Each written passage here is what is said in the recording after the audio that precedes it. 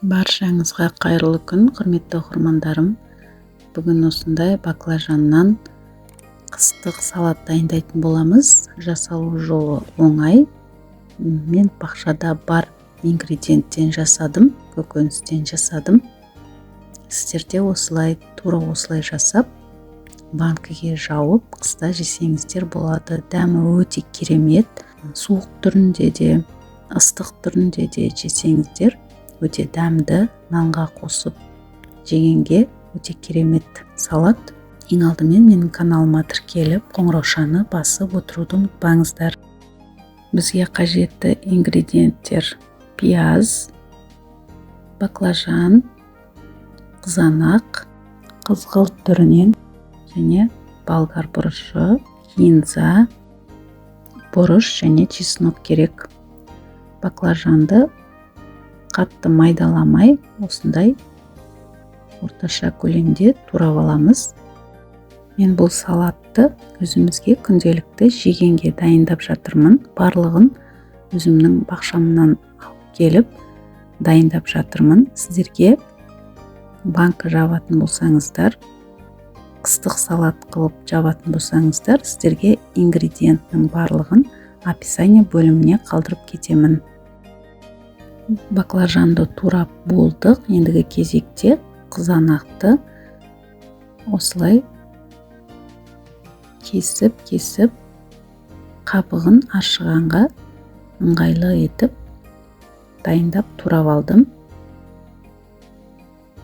Және қайнап тұрған ыстық суды құйып қойдым. Бір шетке қоя тұрамыз.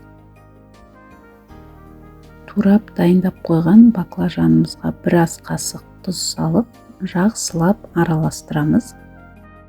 Басқасын турап дайындап болғанша біздің баклажанымыздың суы шығып тұрады. Және пиязды осылай ортасынан бір кесіп және жартысын 3 бөлікке бөліп турадым. Қатты майдаламадым. Міне осылай болды. Ендігі кезекте біздің қызанақтарымыздың сырты оңай ашылады. Өйткені біз алдын ала ыстық суға салып қойған болатынбыз. Осылай сыртын алып тастап, керек емес жерін алып тастап, оп-оңай ашылып жатыр. Қызанақты да тураймыз. Қатты майдаламаймыз. Описание бөлімінде қыстық салат, икра салаты, компот, қияр, тұздалған қияр барлығының рецептісі бар. Кіріп көріп, менімен дайындап көріңіздер. Осылай барлық қызанақты турап, оны да бір шетке қойып, болгар бұрышын тураймыз. 4 бұрыштылап, қатты майдаламай, барлығын турап аламыз. Алдын ала барлығын турап, дайындап қойған ыңғайлы, кезек-кезек сала бересіздер. Ендігі кезекте кинзаның керек емес жерін алып тастап, ортасынан бір бөліп, майдалап турап аламыз. Кинзаны жақсылап майдалап тураған жөн, жеген кезде тілімізге жабысып, ыңғайсыз болмас үшін жақсылап майдалаймыз.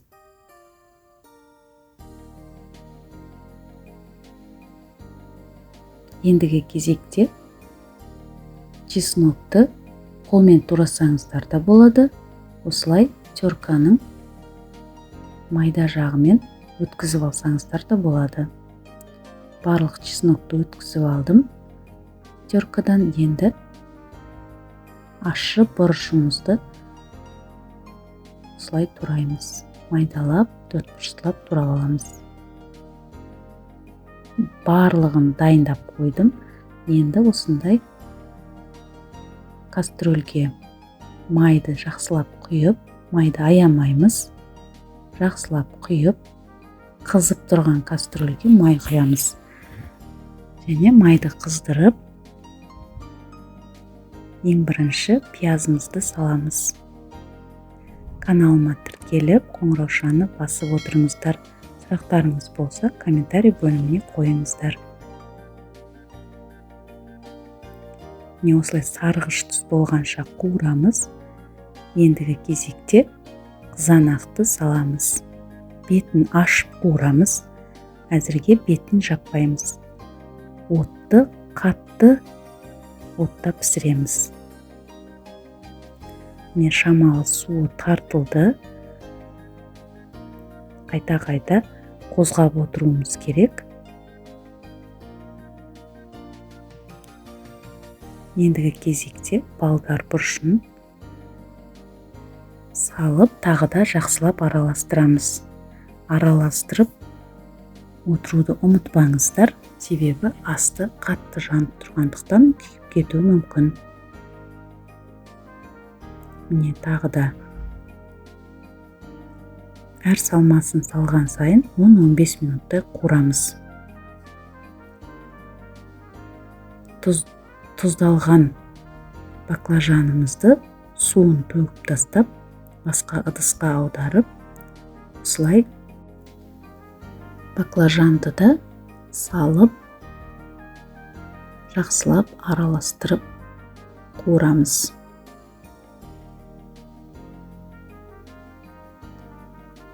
Отты қатты отта тұрады және бетін жауып, қайта-қайта араластырып отырамыз.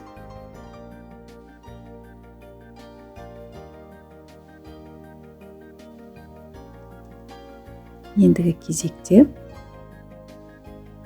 ащы бұрышымызды салып араластырамыз.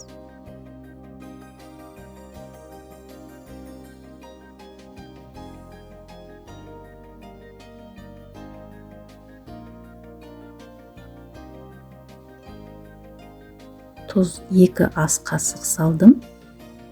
Ең соңында дәмін көріп, тағы да салсаңыздар болады, аз болып жатса. Әр салма салған сайын араластырып отыруды ұмытпаңыздар.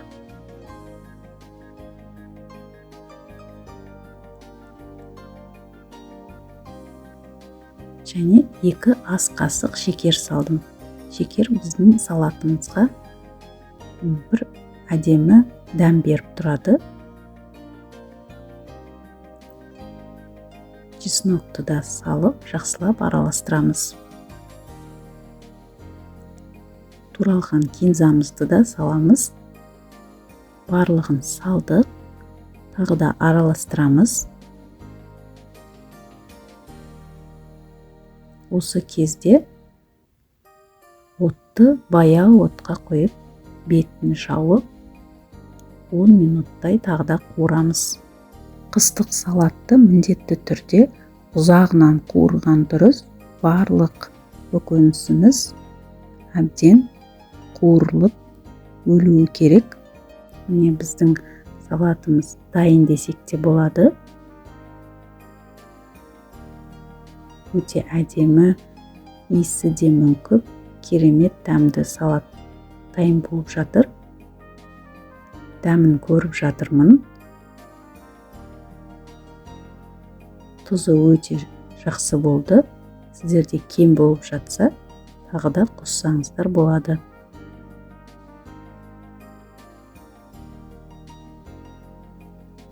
Міне біздің баклажаннан дайындалған қыстық салатымыз дайын. Жасалу жолы оңай, барлық ингредиент қолжетімді, өте дәмді. Нанмен қосып жесеңіздер, шайға өте керемет салат. Тура осы рецептпен жасап көріңіздер. Сіздерге рецепт ұнаған болса, поделицаны басып, WhatsApp желісіне тарата отырыңыздар. Сіздермен бірге болған Гүлнұр Темировна.